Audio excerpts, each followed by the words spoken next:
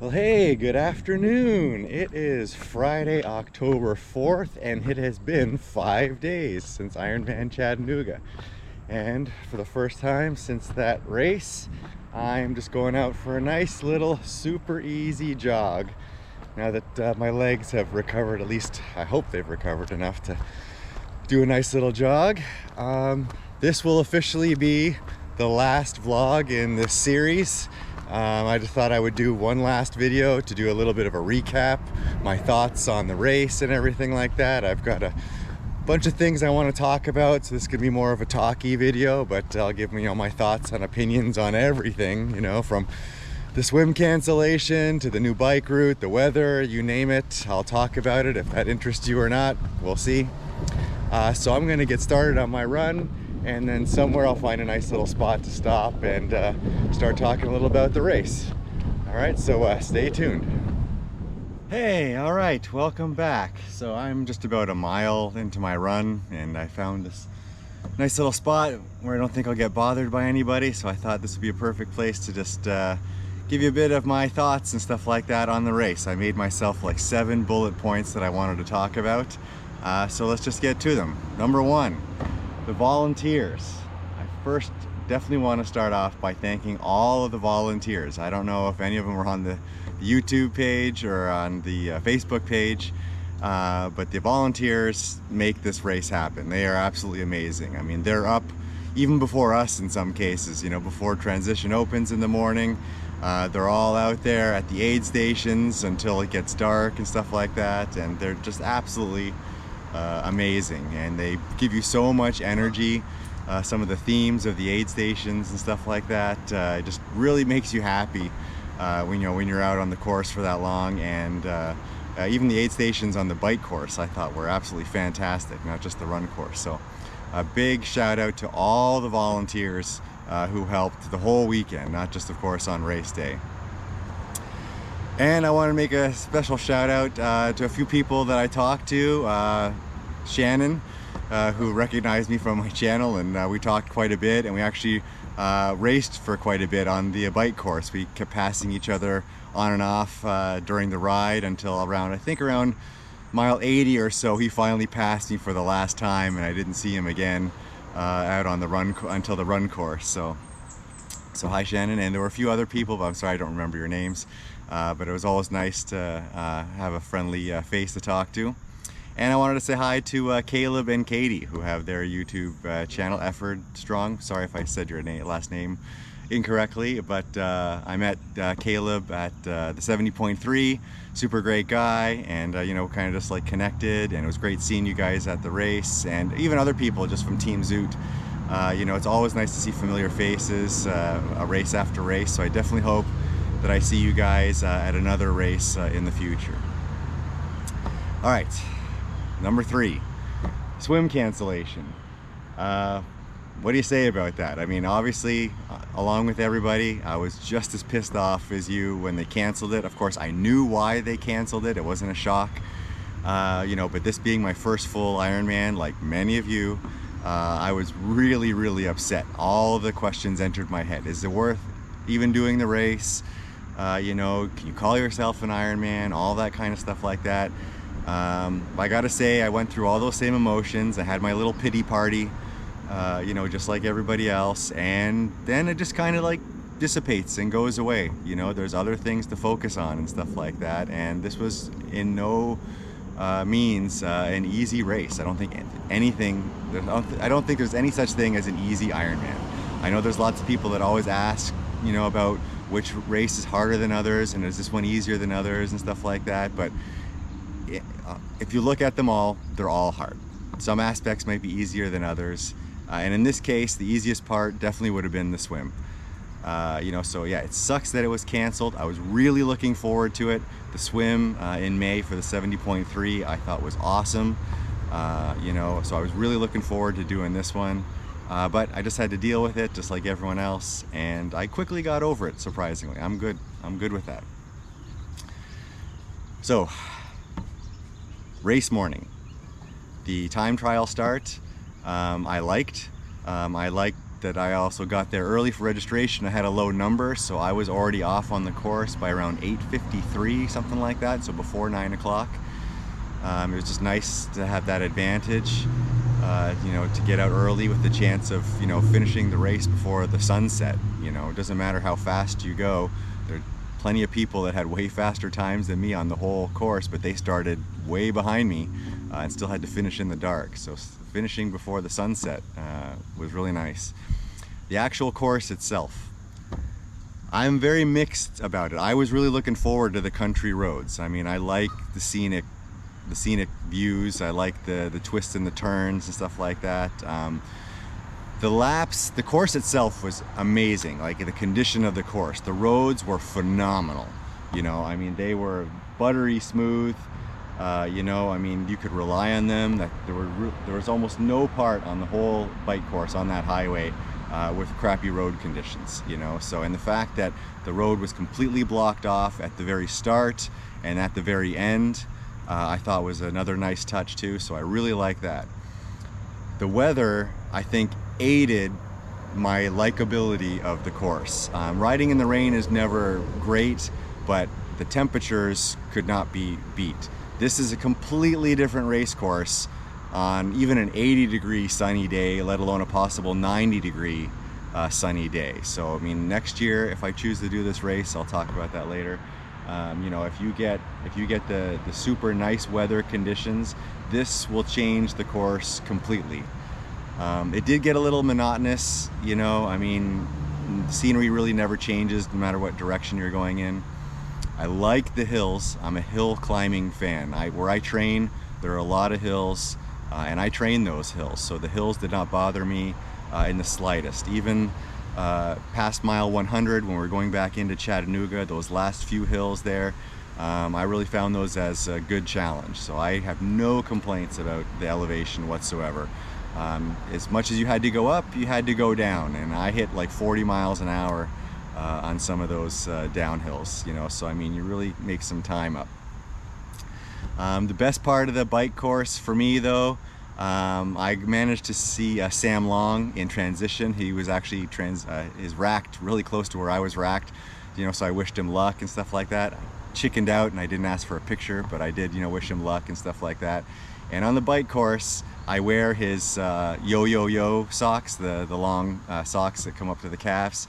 And he saw that when he passed me, and as he was coming from behind me, I heard yo yo yo, and he flew by me on a downhill, probably going over 50 miles an hour.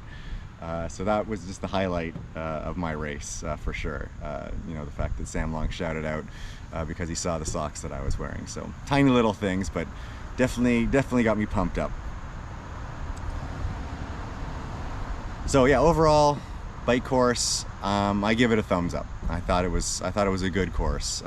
If they stick with it, I'd be fine with that. I would like it if they found a way to make the bike course at least as long as 112 miles. Everyone knows by now, of course, that the bike was a bit short.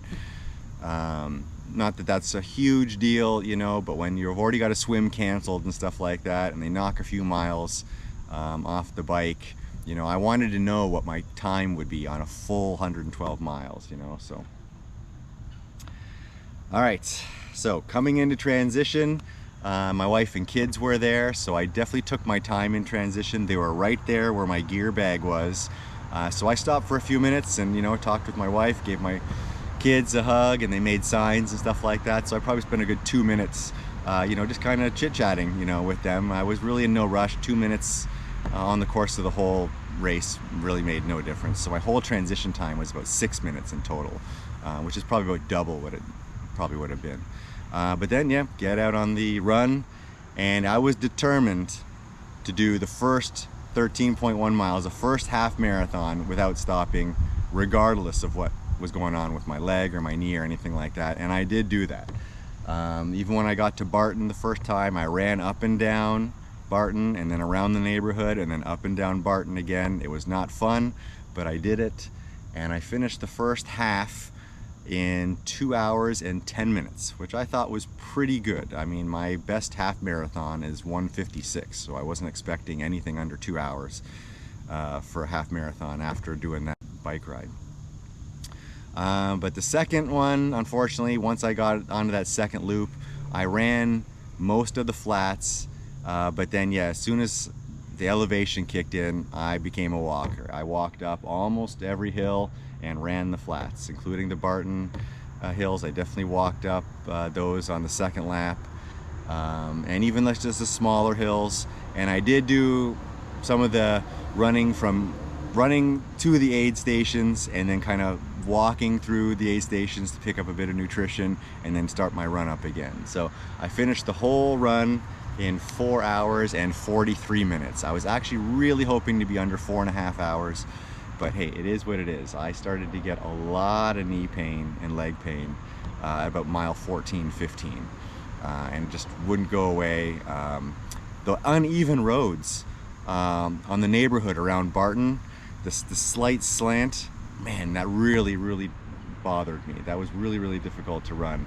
I actually started feeling it in my hip, which I've never had hip pain before, only in my knee, but the hip started to feel it, you know, just running on that uneven surface with the right leg higher than the left leg. So didn't like that. But the course was amazing, and the fans were amazing, and everyone cheering on was fantastic. I mean, really gives you a lot of energy, and seeing my wife and kids on the run course a couple times was just the best. So, and then finally running through the tunnel, ringing the bell. I'm actually bummed that they didn't have a photographer at the bell for that. I really thought, I didn't notice that there was one or not. I just assumed. I rang that bell a couple times and finished my run down the chute there, and tried to do a little bit of a jump at the end and stuff like that, really to take it in, and it was amazing. So all right, so stats. I did the whole race in 10 hours, 10 minutes, and 25 seconds. My bike was 5 hours, 20 minutes, and 59 seconds, but I'm still just gonna say it was 5 hours and 20 minutes. You know, it's like gas. Gas is 279.9. We don't say it's 280, we say it's 279. So I did a 250.59, or sorry, I did a 520.59, so I did a 520. Yeah, and I'm really happy with that. I have no qualms whatsoever. I mean, a lot of people would be happy to get times like that, and for my first Ironman, you know, doing around 10 hours, I thought couldn't have gone any better. Really proud of myself. Absolutely just a fantastic weekend from start to finish. You know, and yeah, I did it, you did it, we are all Ironmen and women. No questions about it. That was a tough race. Forget anything about the swim. If you cross that finish line, in my eyes, you're an Ironman. Don't think twice about it. All right, so my final thoughts. Will I do this race again? Yes, I think I will. I don't know if I'll do the Chattanooga again. I'm seriously considering it. I'm taking some time to think about it. Just the fact that it's so convenient for me. It's 2 hours away, you know, with kids that are super active. You know, they only came up on Sunday because both my kids had stuff on Saturday, which will happen again next year. Same thing happened for the 70.3 in May. My family couldn't even come to that one because of how much stuff my kids had to do. The other options are to do Florida, the 2 Panama City beach races. That full Ironman is in November of 2025. So that is definitely a possibility. And the half Ironman is a few weeks before the Chattanooga one in May. So those are possibilities. I don't know yet. Those are going to be on my thoughts. But I would like to do one more full Ironman. Hopefully next year, if not in 2026. But for now, I really just don't know how to answer that question. So anyway, this has gone on long enough. I have no idea who's watching, and as this being my last vlog, I did want to thank everyone who watched. You know, in some cases, I think one of my videos got as little as 4 views. And one got as many, I think I cracked the 100 view mark a couple times. But whether, you know, you watched for 2 minutes or the whole series or every minute, I wanted to thank you. doing this vlog was really motivational to me, whether anybody watched or not. I really didn't care. I just felt like I wanted to keep going, and I'm glad I did. It was motivational for me. So I'm going to sign off. I'm just going to go finish my run. Nobody cares about my run stats anymore. You know, I'm just going to go for a run for the hell of it, for the fun of it. I'm not training for anything. And thanks again for watching all this time. And I really hope that I'll see some of you again on the next race that I do. And if I decide to do another one or whatever it is, well, maybe I'll start up another vlog for that race. So in the meantime, thanks again, and congrats to all the Ironmen and women out there. You are the best. All right, bye. From Roswell, this is your finish line, Ryan Richter. Ryan, you are an Ironman. Love that celebration.